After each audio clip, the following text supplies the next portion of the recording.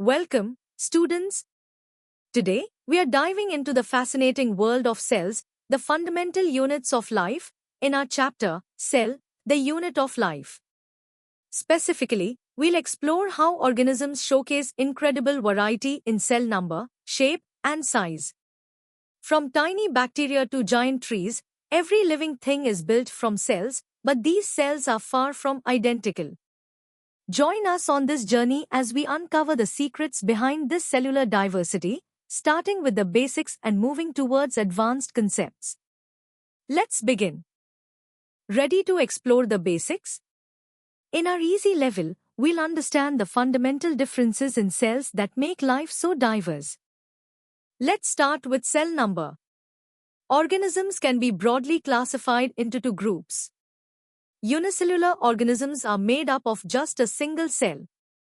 This one cell is a powerhouse, performing all essential life functions like eating, breathing, and reproducing, all by itself. Think of tiny creatures like amoeba or most bacteria. On the other hand, we have multicellular organisms. These are complex beings, like humans, animals, and plants, made of countless cells. In multicellular organisms, cells don't work alone, they specialize. Different cells take on different jobs, leading to a division of labor that makes complex life possible. For instance, you have trillions of cells in your body, each with a specific role. Next, let's talk about cell shape and size. Cells come in an astonishing variety of shapes, and this isn't by chance. A cell's shape is usually perfectly suited to its function. For example, red blood cells are disc-shaped, like tiny cushions, which helps them carry oxygen efficiently and squeeze through narrow blood vessels. Nerve cells, or neurons, are long and branched, like wires, to transmit electrical signals across your body. Then there's cell size, which also varies wildly. Some cells are so tiny you need a powerful microscope to see them, like Mycoplasma bacteria, which are among the smallest. Others are visible to the naked eye, with the most famous example being the ostrich egg, the largest single cell on Earth, primarily due to its stored food. Now, let's test your understanding of these basic concepts. Take a moment to think about these questions. Can you give two examples each of unicellular and multicellular organisms? How do the shapes of red blood cells and nerve cells relate to their specific jobs? And finally, which is considered the largest single cell and what makes it so large? Pause the video, ponder, and then resume for our next level. Great job with the basics. Now, let's deepen our understanding of cell diversity. In this medium level, we'll explore the why behind these variations. The variety in cell number, shape, and size we observe isn't accidental, it's a fundamental aspect of biology driven by evolution and adaptation. Every cellular characteristic is optimized for a specific function, ensuring the organism's efficiency and survival. For unicellular organisms, their single-cell structure allows for direct interaction with their environment, making them highly adaptable to various conditions. In contrast, multicellularity led to a significant evolutionary leap, enabling the division of labor. Different cells specialize in distinct tasks, forming tissues and organs, which ultimately allows for far greater complexity and functionality in larger organisms. Let's delve deeper into how cell shape directly influences function. Think about nerve cells or neurons. Their long, branched extensions are perfectly designed to transmit electrical signals rapidly across long distances, forming the communication network of our bodies. Red blood cells, with their unique biconcave disc shape and absence of a nucleus, maximize their surface area for efficient oxygen binding and allow them to flex through tiny capillaries. Muscle cells are elongated and packed with contractile proteins, enabling them to shorten and generate force for movement. Even plant cells show this. Guard cells in leaves have a bean shape that allows them to regulate gas exchange and water loss by opening and closing stomata. Cell size is also intimately linked to function and is governed by critical limiting factors. The most important is the surface area to volume ratio, or Sa/V ratio. Smaller cells generally have a higher Sa/V ratio, which is ideal for efficient diffusion of nutrients into the cell and waste products out. As a cell grows larger, its volume increases much faster than its surface area, causing the Sa/V ratio to drop.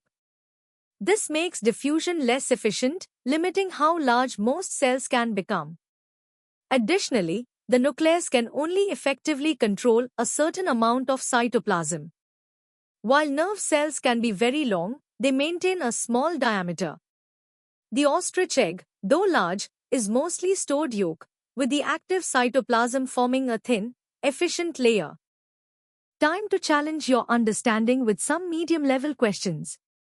First, explain why unicellular organisms have limits to their complexity compared to multicellular ones. Second, how does the biconcave shape of a red blood cell specifically help it do its job? Third, why do nerve cells have those long extensions, and what's the benefit? Fourth, what's the big deal about the surface area to volume ratio when we talk about cell size? And finally, can you think of a plant cell that changes its shape for a specific function? Take your time, think critically, and you'll ace these. Excellent work so far. Now, prepare to go deeper. Our hard-level content will explore the intricate connections and evolutionary drivers behind cellular diversity. The incredible diversity of cells is a cornerstone of evolution. Natural selection has continuously favored cells that are optimally structured for their environment and function. Early life forms were simple, small cells, like prokaryotes, perfectly adapted to ancient, often harsh conditions. A monumental leap in evolution was the emergence of multicellularity, which paved the way for larger, more complex organisms and the specialization of cells. This specialization, known as cell differentiation, is the process where initially unspecialized cells, like those from a zygote, develop into distinct types. Think of a neuron, a muscle cell, or a skin cell. This differentiation is crucial for building the intricate tissues and organs that make up complex life forms. Let's re-examine the surface area to volume ratio, Sa/V, in more detail, as it's a critical concept. Imagine a cell as a sphere. Its volume grows much faster than its surface area as it gets bigger. This means a larger cell has relatively less surface to exchange nutrients and waste compared to its internal volume. A high Sa/V ratio, typical of smaller cells, is highly efficient for processes like diffusion. To overcome the limitations of a low Sa/V ratio, cells have evolved clever adaptations. For instance, nerve cells are long and thin, increasing surface area for signal transmission. Intestinal cells have microvilli, tiny finger-like projections, to vastly increase their surface for nutrient absorption. These adaptations ensure metabolic efficiency even in specialized, sometimes larger, cells. Cellular diversity forms the very foundation of biological organization. Specialized cells don't just exist in isolation, they group together to form tissues, such as muscle tissue or nervous tissue. These tissues then combine in specific ways to create organs, like the heart or the brain. Organs, in turn, work together in organ systems, ultimately forming a complete organism. This hierarchical structure, from cell to organism, is entirely dependent on the variety and coordinated function of different cell types. Understanding this diversity is also crucial for modern biology, especially in areas like stem cell research, where undifferentiated cells are used to potentially regenerate damaged tissues. It provides insights into how organisms develop and how diseases disrupt normal cellular functions. It's time for some challenging questions. First, discuss the evolutionary advantages that led to multicellularity. Second, how does cell differentiation contribute to life's complexity? Third, if a spherical cell doubles its radius, how does its Sa/V ratio change, and what are the biological consequences? Fourth, describe the cellular adaptations for maintaining an efficient Sa/V ratio. Fifth, how do epithelial and muscle cell shapes reflect their functions? Sixth, what's the nucleus's role in limiting cell size? Finally, if all cells were identical spheres, what challenges would an organism face? Good luck! You've tackled the hard concepts, and now it's time for the ultimate challenge. In this hardest level, we'll delve into the biophysical limits, extreme examples, genetic controls, and cutting-edge applications of cellular diversity.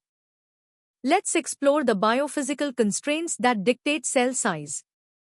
Diffusion kinetics are a primary limit. For substances to reach the center of a cell, they must diffuse, and this process becomes exponentially slower as the cell gets larger. A large cell's metabolic demand, which is volume-dependent, quickly outstrips its surface area for exchange, which is surface-dependent, creating an imbalance. Also, a single nucleus can only efficiently control a certain volume of cytoplasm. Beyond that, nuclear control becomes diluted. The cytoskeleton, a cell's internal scaffolding, also plays a crucial role in maintaining complex shapes, and its construction requires significant energy. Cells overcome these limits through various strategies, such as dividing, becoming long and thin like neurons, or, in the case of the ostrich egg, filling most of its volume with inert storage material. Let's look at some extreme examples of cellular diversity.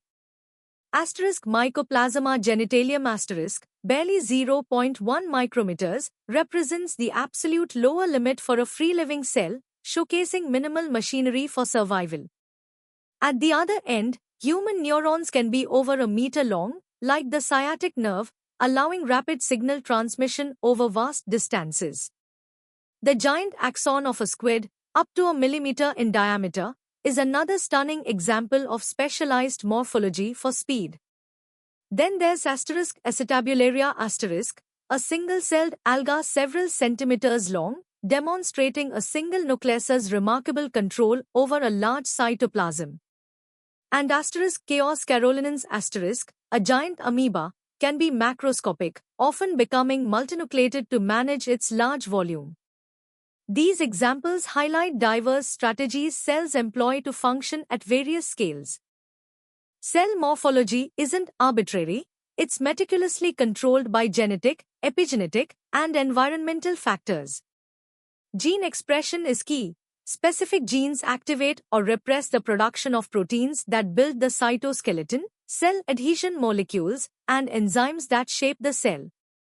Beyond the DNA sequence, epigenetic modifications, like DNA methylation and histone changes, regulate gene accessibility, influencing cell differentiation and maintaining specialized cell forms throughout life. External cues, such as growth factors, hormones, and interactions with other cells or the extracellular matrix, activate complex cell signaling pathways.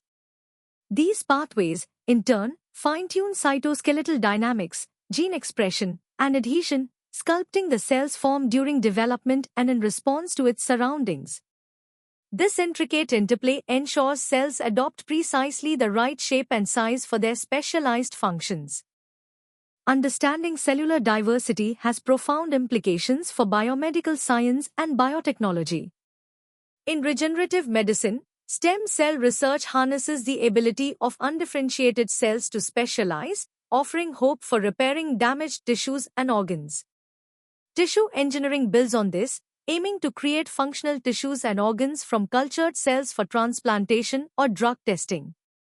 In cancer biology, studying abnormal cell proliferation, loss of differentiation, and altered cell morphology is crucial for diagnosis and developing targeted therapies. Drug discovery heavily relies on diverse cell lines to screen potential compounds and understand their effects.